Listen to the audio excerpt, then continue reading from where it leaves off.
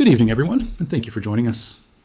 Over the past several days, a series of military developments has captured the attention of officials, analysts, and observers across the United States and around the world.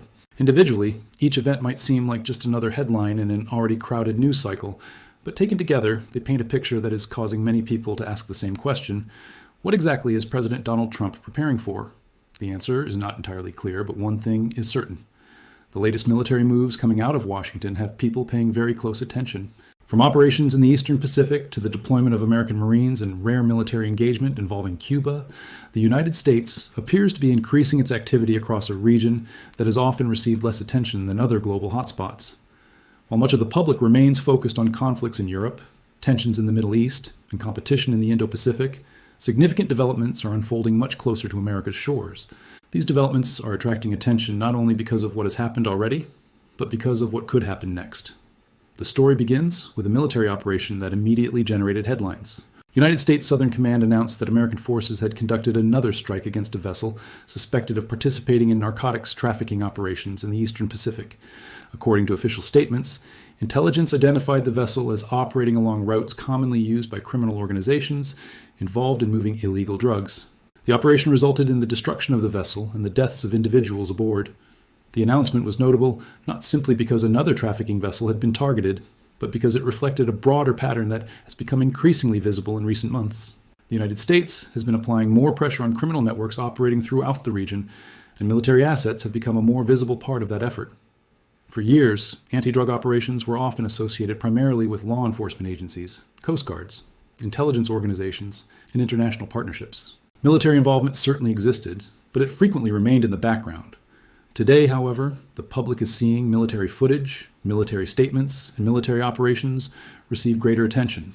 That shift has sparked debate about the future direction of American policy. Supporters argue that powerful criminal organizations have evolved into sophisticated networks capable of threatening regional stability and national security.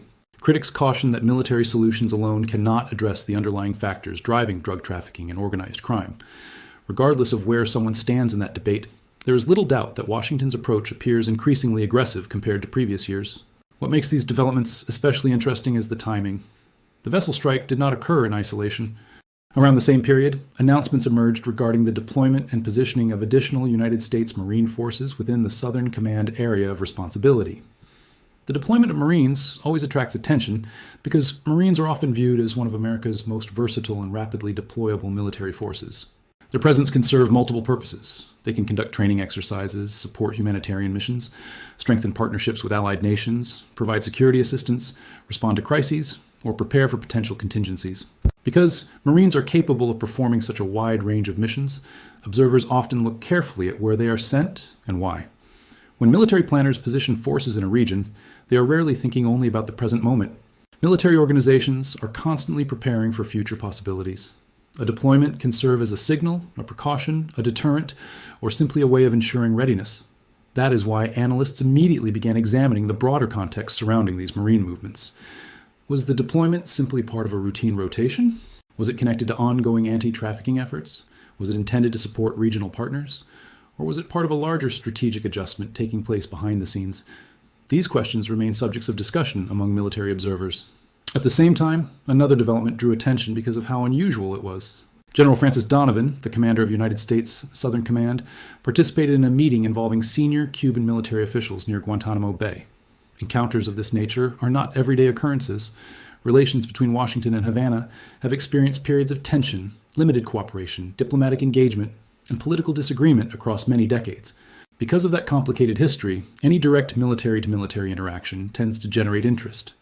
The meeting focused on operational and security matters, but observers immediately began debating its broader significance. Some analysts interpreted the engagement as a practical effort aimed at maintaining communication channels and reducing misunderstandings. Others viewed it as evidence that regional security concerns are becoming important enough to encourage dialogue, even among governments that have significant differences. There were also those who suggested that the meeting might indicate shifting calculations occurring throughout the region as governments respond to changing political and security realities. While no single interpretation has emerged as definitive, the fact that such a meeting occurred at all contributed to the growing sense that important developments are underway. The combination of these events has led many observers to focus on a larger question. Is the administration pursuing a new regional strategy? For decades, American foreign policy discussions often concentrated on distant theaters of competition and conflict. Yet geography continues to matter. The Western Hemisphere remains strategically important for economic, political, and security reasons. Instability within the region can have direct consequences for migration, trade, organized crime, and national security. As a result, some experts argue that Washington may be placing greater emphasis on challenges closer to home. Supporters of a stronger regional focus argue that criminal organizations operating throughout parts of Latin America have become increasingly sophisticated. These groups often possess significant financial resources, advanced logistics capabilities, access to weapons, and transnational networks that span multiple countries. They are capable of moving people, money, narcotics, and other illicit goods across vast distances. Addressing such challenges requires cooperation among governments, intelligence sharing, law enforcement coordination, and, in some cases, military support. Advocates of a tougher approach believe that demonstrating strength can disrupt criminal activities and increase the costs faced by these organizations. Others caution that the situation is more complex.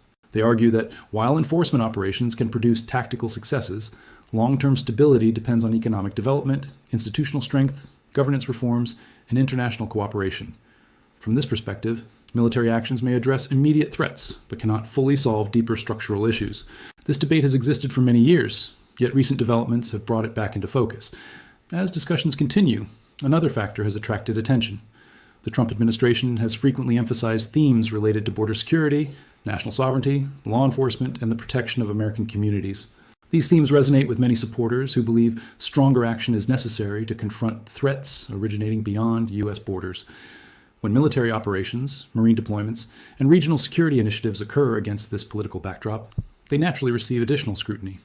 People want to understand how individual actions fit into a broader vision. Military observers often pay close attention not only to what governments say, but also to what governments do. Official statements provide one source of information, but forced deployments, exercises, partnerships, and operational activities can sometimes reveal priorities more clearly than speeches alone. This is why the recent developments have generated so much discussion.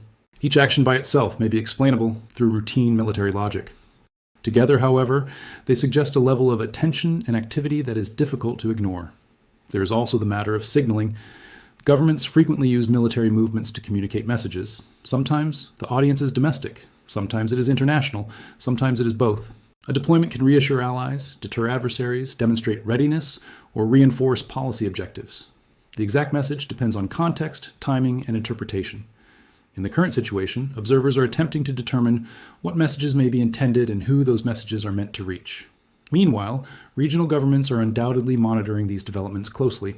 Nations throughout Latin America and the Caribbean maintain their own security concerns, political priorities, and strategic calculations.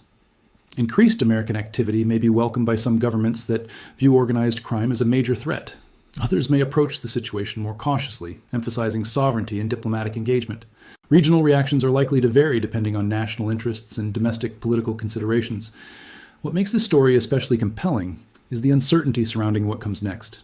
Human beings naturally focus on future possibilities. But when they observe military activity increasing, they begin looking ahead. Will operations expand? Will cooperation with regional partners deepen? Will additional resources be deployed? Will diplomatic engagement become more active? At this stage, definitive answers remain unavailable. Yet uncertainty itself often fuels attention. History provides numerous examples of situations where seemingly disconnected events later prove to be components of larger strategic shifts. It also provides examples where observers overestimated the significance of developments that ultimately turned out to be limited in scope. Distinguishing between those possibilities is one of the most difficult challenges facing analysts. Information is often incomplete. Decision-making processes occur behind closed doors. Public statements may reveal some priorities while concealing others. As a result, understanding emerging strategies requires patience as well as careful observation. For now, what can be said with confidence is that recent military activity has succeeded in attracting attention.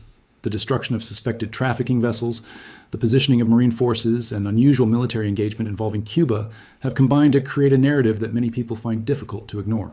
Supporters see evidence of decisive leadership and proactive security measures. Critics raise questions about long-term effectiveness and broader implications.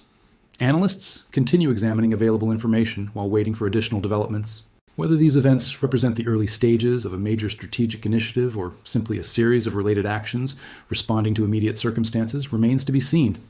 What is clear is that policymakers, military officials, Regional governments and observers around the world are watching closely.